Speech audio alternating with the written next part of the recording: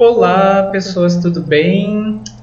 A aula de hoje vai ser sobre uma dicotomia. Eita, palavra nova aparecendo aí. O que é dicotomia? Dicotomia é quando nós temos dois elementos que muitas vezes eles se opõem entre si.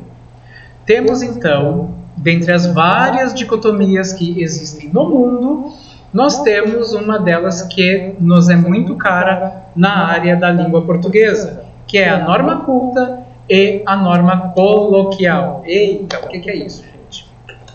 Pois bem, para a gente entender isso, nós vamos ter que fazer uma pequena historinha antes de algo chamado gramática. Pois é, a gramática, aquilo que é tão temido pelas pessoas, aquilo que muita gente acha sem lógica, sem pé nem cabeça, mas existe sim.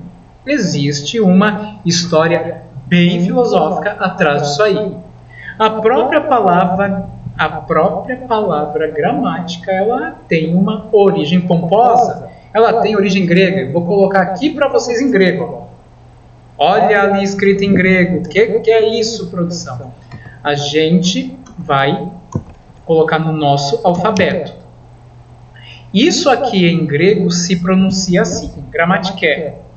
Gramatiké em grego quer dizer a arte da palavra, a arte das letras. Porque grama em grego com dois M's quer dizer palavra. E utiké quer dizer técnica ou arte.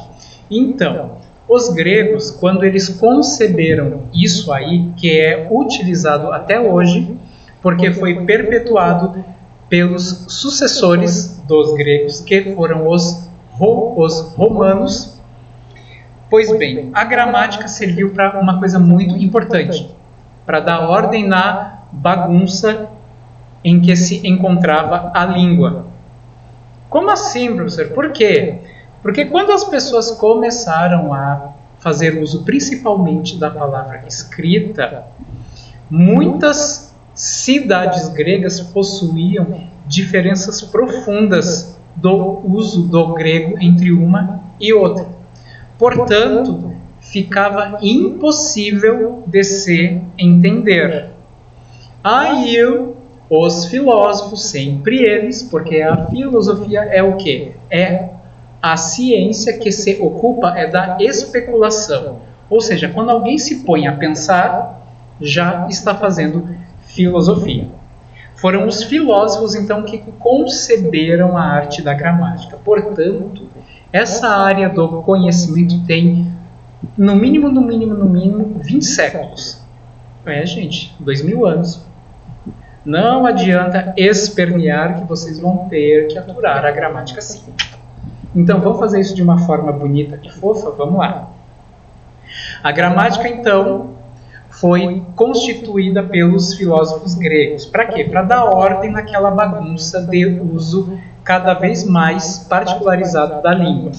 Então, para unificar, entre aspas, surgem as tais regras gramaticais, surgem as classes de palavras, ou seja, os filósofos foram agrupando palavras de acordo com as características delas, com as características de forma, se elas tinham plural, singular, se elas variavam no tempo, se elas mudam ou não, qual é o sentido que elas trazem.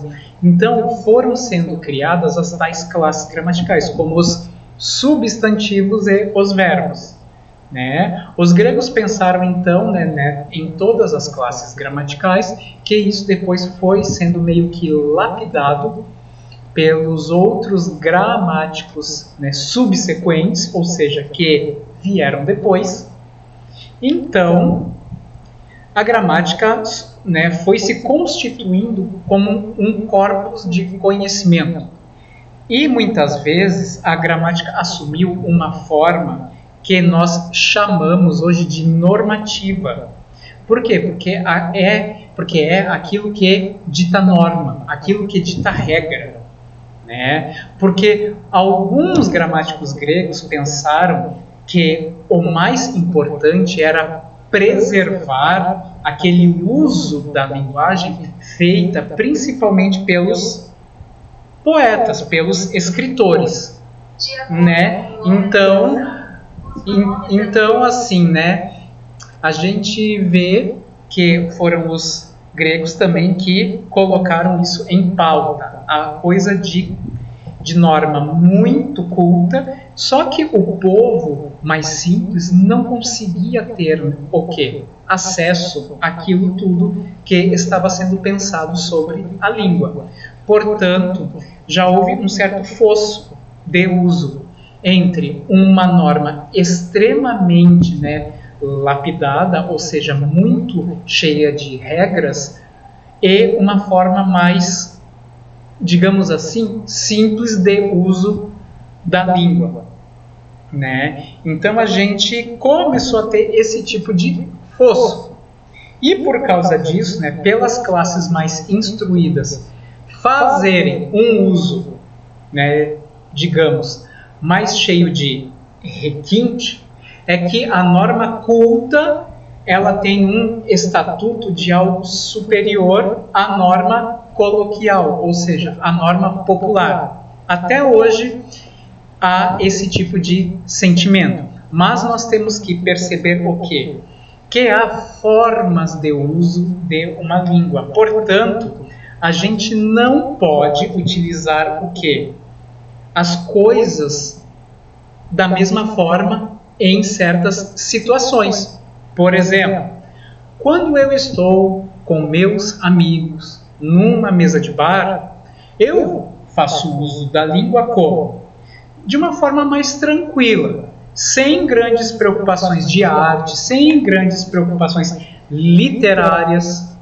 Agora, quando eu estou em uma entrevista de emprego, eu cuido cada palavra que eu for falar. Por quê? Porque eu quero que a pessoa que me ouça veja que eu leio bastante, veja que eu sou craque em português, veja que eu domino aquelas coisas da gramática normativa. A gramática normativa, então, é aquele conjunto de regras que preserva, entre aspas, aquela forma da língua considerada uma forma padrão, uma forma modelo, que quase sempre repousa sobre os escritos dos grandes artistas da palavra, né? Então, o nosso material desta semana vai ser sobre as diferenças entre a norma culta e a norma coloquial. Então, ali no nosso polígrafo, que estará disponível na página da nossa escola, nós temos as características da norma culta, que são quais? O uso em documentos oficiais, formais, a preocupação ferrenha, forte, com as regras gramaticais, a ausência de gírias ou de jargões. O que é um jargão? Jargão é a forma de uso específica de uma certa profissão. Tem muito uso de formas o quê? De formas extensas, ou seja, formas por inteiro. Espere aí. Não é como a norma coloquial que ela faz uso do quê? De formas contraídas. Espera aí. Cê vem, cê tá bem. A norma culta não é. Você está bem. Eles fazem tudo por extenso, tudo por mais bem detalhado possível. E a norma culta, então, ela é considerada, que está ali no nosso polígrafo, a variedade prestigiada da nossa língua, ou seja, aquilo que é valorizado socialmente. A norma coloquial não. Se tu usas tão somente a norma coloquial, tu és considerado uma pessoa ignorante. Então, qual é a nossa função aqui? É fazer vocês dominarem todas as formas de uso da língua portuguesa.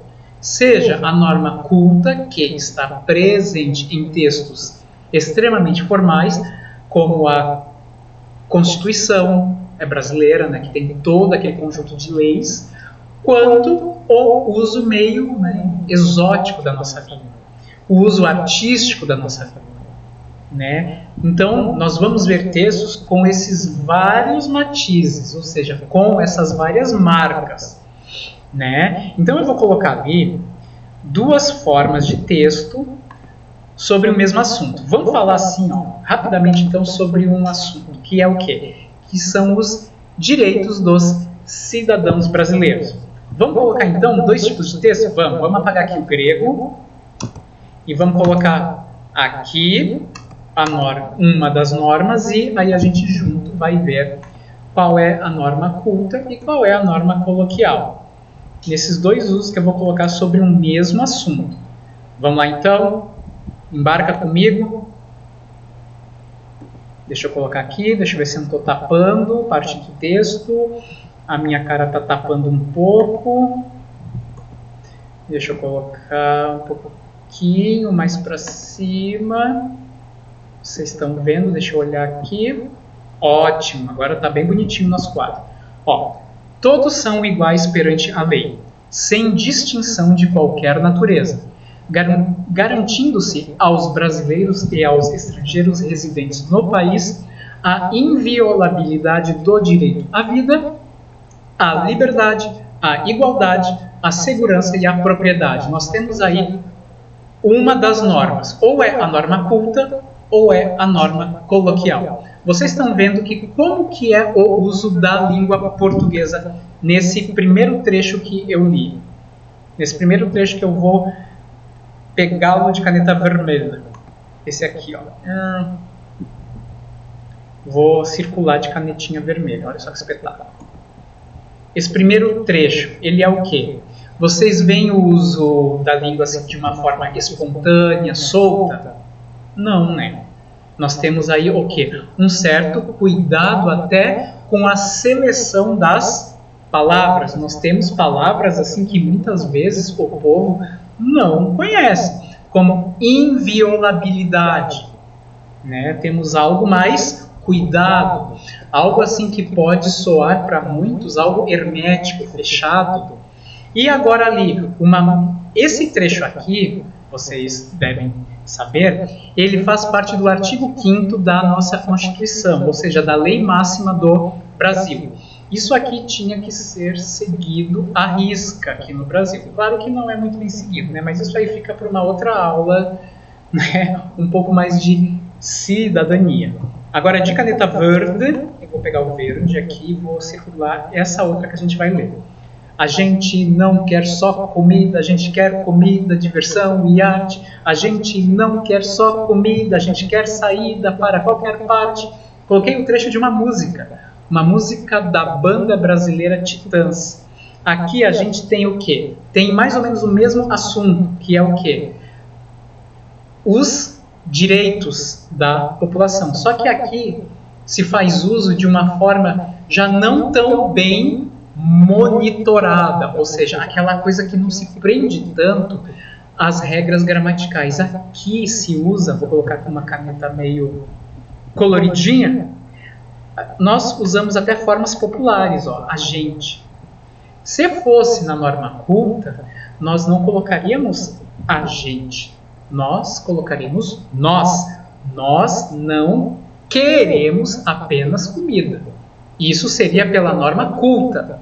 Agora, na forma mais popularesca, a gente fala a gente, porque o nós fica muito o quê? Fica muito sério, né?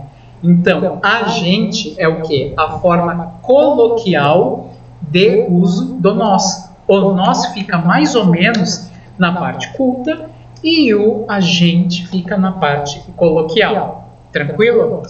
Então, a gente quer comida, diversão e arte. Aqui faz uso o quê? De palavras que todo mundo entende. Aqui não, ó. Aqui é direito à vida, à inviolabilidade, ou seja, que isso não pode ser o quê? Violado, transgredido, desrespeitado. Não pode. A vida não pode ser o quê? Desrespeitada. A liberdade não pode ser desrespeitada. A igualdade não pode ser desrespeitada. Aqui fala mais ou menos isso, mas de uma forma um tanto mais popular, para que a grande massa entenda. Então, aqui a gente tem a norma culta e aqui a gente tem a norma coloquial. Tranquilo, meus amores? Então, depois, ali no nosso material, haverá 3 questões sobre isso que vocês estarão aptos a respondê-las tranquilamente, tá bom?